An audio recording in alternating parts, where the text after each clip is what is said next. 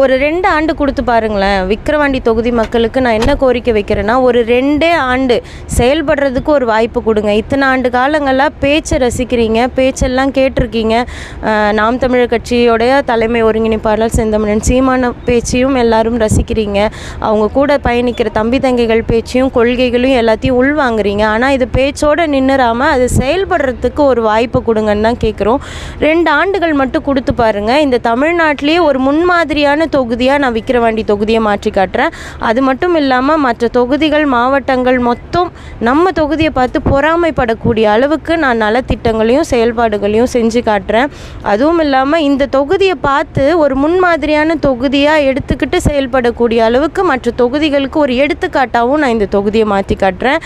ஒரே ஒரு உறுதி மட்டும் நான் பெண்களுக்கு என்ன சொல்லிக்கிறேன்னா, என்னுடைய அதிகாரத்திற்குட்பட்ட இந்த விக்கிரவாண்டி தொகுதிக்குட்பட்ட அனைத்து டாஸ்மார்க்கையும் நான் மூடி காட்டுருவேன். இது உறுதி. என்னுடைய பவரும் உங்களுடைய ஒத்துழைப்பும் சேர்ந்து நம்ம அதை நிறைவேற்றி காட்டுவோம்.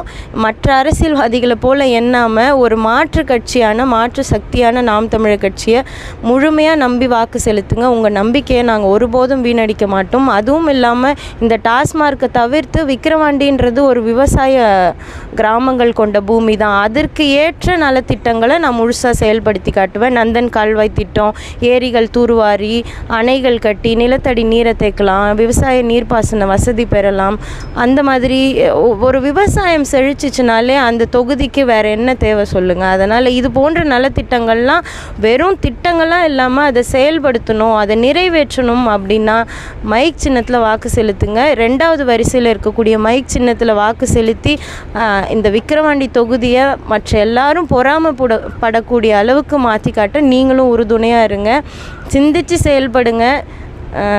இன்னும் கொஞ்ச நேரத்தில் பணநாயகமா ஜனநாயகமா எது வெல்ல போகுது அப்படின்றது மக்களாகிய உங்கள் கையில் தான் இருக்குது. நீங்கள் முடிவு பண்ணுங்கள். நன்றி.